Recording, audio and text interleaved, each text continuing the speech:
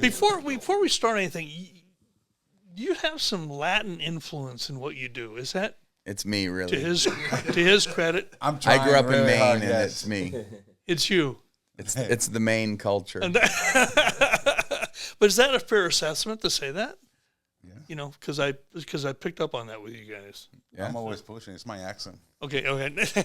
Brent Randall in the KYCC studios, and we are super excited to have the band Unspoken with us here in the building. So let's take roll. We have Chad, and we have Ariel, and then we have John and Matt. So there is Unspoken. Glad to have them all here. They're in the neighborhood this week performing a couple of concerts. So I hate to ask this inane question that you have been asked 1,000 times.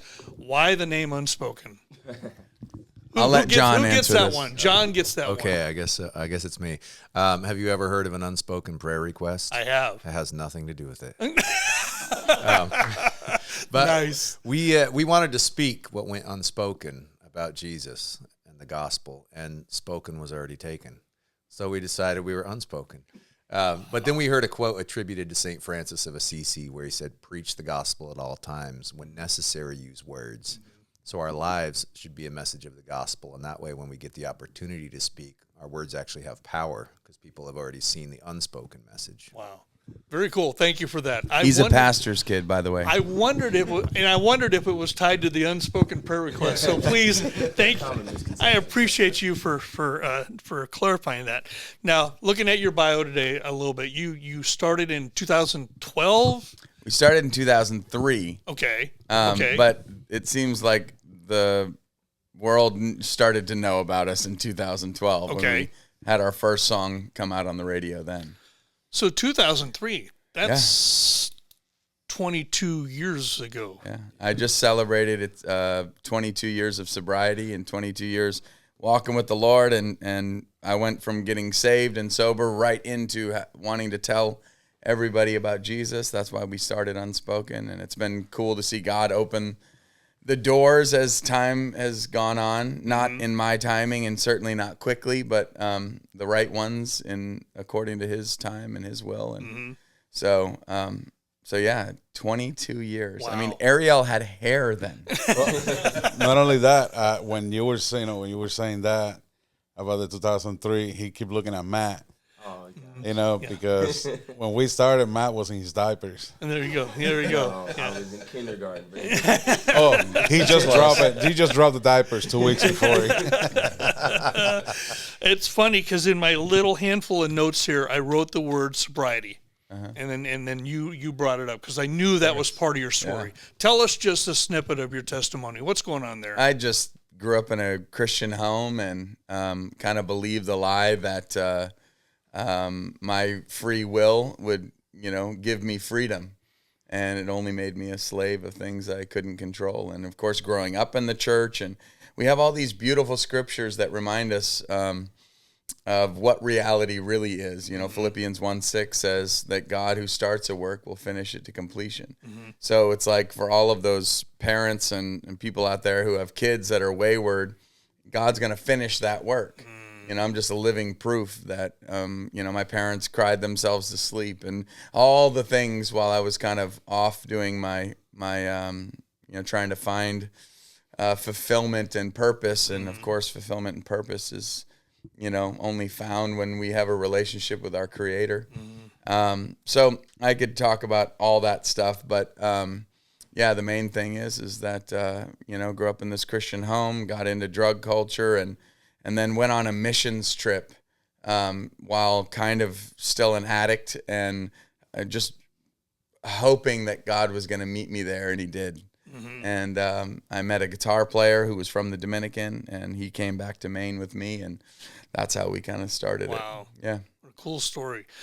You were here in the neighborhood a few years ago, and you were performing. I was in the audience for that one, and you were performing a benefit for the Modesto Gospel Rescue Mission the last time you were here. I wondered how much of that is that your mission to reach out to people who were like you, or not? Is your mission something else? Well, I mean, I think, there is, like, who are the least of these? Who are the widows and the orphans in our culture? We know what they look like, overseas.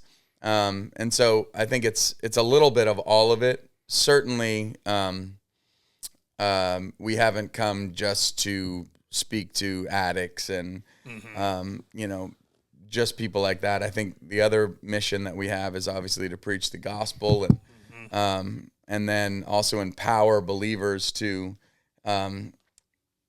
encourage believers to read their Bible and to hang out with Jesus, because when we do that, we start to become who he's called us to be, and then he leads us and we all accomplish. So we really feel like we're sent as an encouragement to the church, but then also to the lost and least of these and the outcasts as well. So it's pretty neat that we get to kind of be with all sorts of people, but of course we love being with the addicts and the outcasts.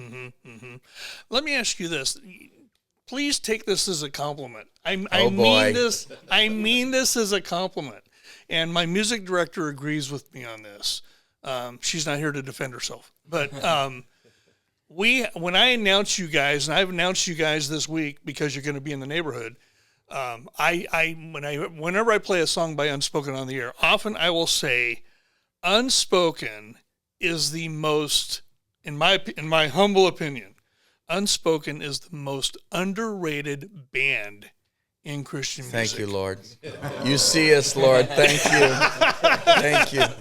That's I have said that. Now, I don't know whether you take that as a compliment or not, but I mean that because I think it's like you said, you started in 2003, but we didn't find out about you guys until the teens. And again, he was still in diapers, so it took a while. But I've always thought you guys flew a little bit under the radar, but you're better than that. That's my. How's that for a compliment? Did that work? Yes, we appreciate that. We don't feel as alone right now in this moment. I think, we all have hopes and dreams, and there is a business aspect to Christian music as well. But I think we have to do what we can. We've done what we can over the years, and just trusted God that he'd open the right doors. And for whatever reason, if we are under the radar, it could be because maybe we, missed opportunities or weren't as smart business-wise. But I also just kind of chalk it up to God's opening the doors that he sees fit. And we're just here to serve God. So we'd love to, do X, Y, and Z, and we'll continue to work hard. But God's the one that's got to open the doors. Yeah. I hope you do take that as a compliment, because it really is. At least I tried to couch it as one. So whether that came out right or not, I don't know. Thank you. You did the right thing. So let me ask one of the four of you: what is the unspoken song that has gotten the most? That has resonated the most with your audience, the one that you've gotten the most mail, the most emails, and most texts over? What song has had the biggest impact from your body of work? Anybody want to tackle that one? John, that's you. That's John. It's John's question. Matt hasn't said anything yet, though. He's just sitting over there quietly. Everybody can answer. Mr. Man in diapers. Let me ask you, would I get four different answers if we pass the microphone around? Or is there Probably. one song that has stood out more than others? Hey, I'm intrigued now. Go ahead. Yeah, I mean, I feel like it's different for at the live concert versus maybe what we get emails about and stuff. Okay. But usually a song that always gets requested, like we'll usually open it up. Hey, does anybody want to hear a song that we haven't played? A song that always gets requested is one called "Bury the Workman," and it's not like a radio single. By the way, it's not a radio single. Yeah, it was only on like a deluxe edition of one of our albums. But it just came from a sermon that we heard, and the pastor said, "You can bury the workman, but the work will go on." And we immediately scribbled that down in our notebooks, and we were like, that's going to be a song someday. So I feel like that's one that means a lot to people, and it's just fun too.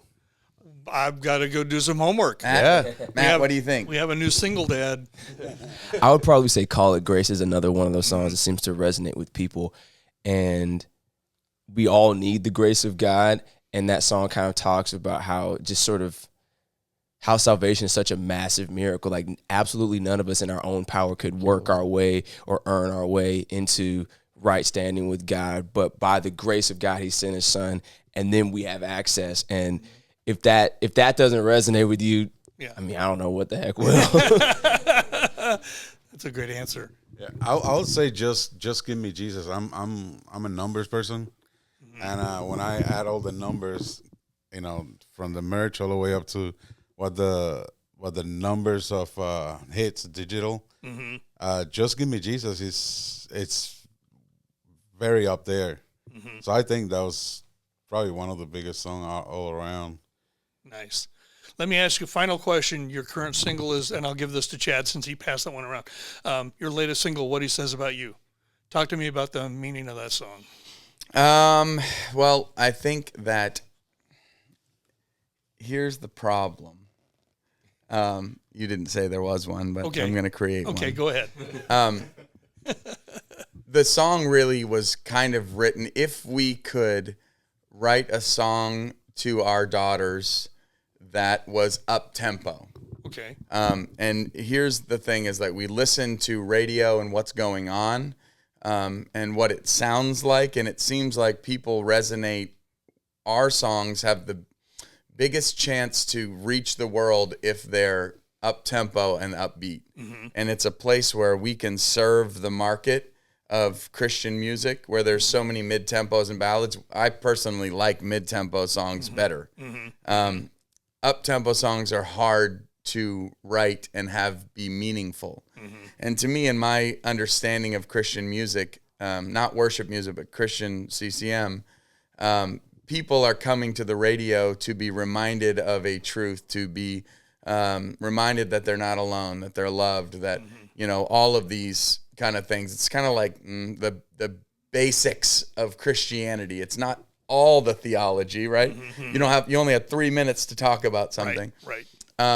So I think, when you're writing an up-tempo song, it's really hard to get that up-tempo music to connect to the heart.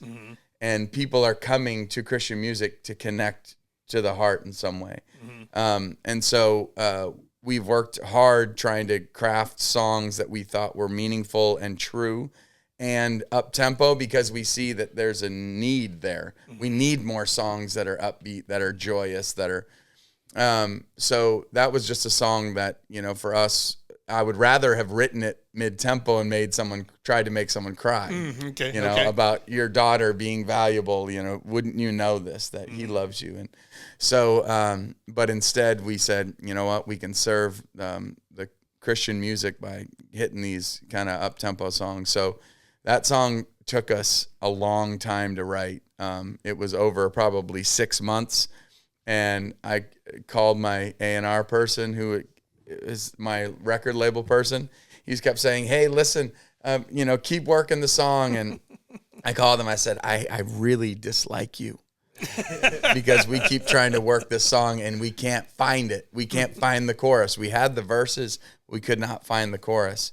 And so, as with most things, if you keep digging, you'll find it. And so finally we landed on it, recorded it, and it's really just been, all of us have identity issues. I'm 44 and I still, weep when people, at the right moment when God tells me that he sees me and I'm loved and I'm, forgiven, all these things. And so it's like, if I'm dealing with it at 44 and what are my kids dealing with and what are the kids out there? So obviously we didn't write it just for kids, right? But that's who we had in mind, and just these things that God says, because there's so many voices in the world about who you are. And certainly we have voices in our head telling us all the time, you're not good enough. You're not, and it's like, what's the word say? Yeah. And so as the older we get, the more we just want scripture in the songs, because that's the power. That's the truth. Right. Very cool. Good answer. Thank you for that. And we enjoy playing it on the air. So, Well, it sounds good on the air. I like it. so we've got it. Well, hey guys, so I got to do this. Chad, Ariel, John, and Matt, Unspoken. They're in our neighborhood this week. Thanks so much for stopping by KYCC. We appreciate it. Yes, sir. Thank you, sir.